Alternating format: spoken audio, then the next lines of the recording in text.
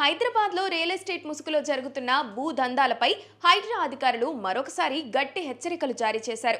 ముఖ్యంగా ప్రభుత్వ భూములు, చెరువులు, కుంటల భూములను కొందరు కేటుగాళ్లు నకిలీ డాక్యుమెంట్లతో సామాన్యులకు విక్రయిస్తున్నట్లు గుర్తించారు.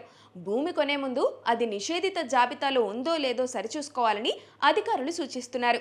రియల్ ఎస్టేట్ సంస్థలు నకిలీ పట్టాదారు పాస్బుక్లు, తప్పుడు సర్వే నంబర్లతో లేఅవుట్లు చేసి సామాన్య ప్రజలను నమ్మిస్తున్నాయి. గతేడాది గందరగోళంగా ఉన్న నిషేధిత భూముల జాబితాను ఆసరాగా చేసుకుని సబ్ రిజిస్ట్రార్ కార్యాలయాల్లో లోపాలను వాడుకుంటూ అక్రమ రిజిస్ట్రేషన్లు కూడా చేస్తున్నట్లు ఫిర్యాదులు అందుతున్నాయి.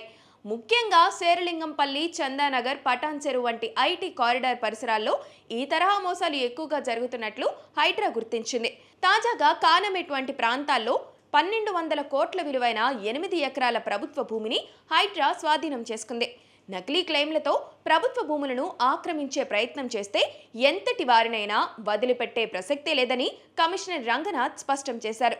ఇప్పటికే అక్రమ నిర్మాణాలపై బుల్డోజర్లు నడుస్తుండటంతో భూమి కొనుగోలుదారులు తమ జీవితకాల కష్టాన్ని కోల్పోకుండా ఉండాలంటే డాక్యుమెంట్లను క్షుణ్ణంగా పరిశీలించాలని సూచించారు.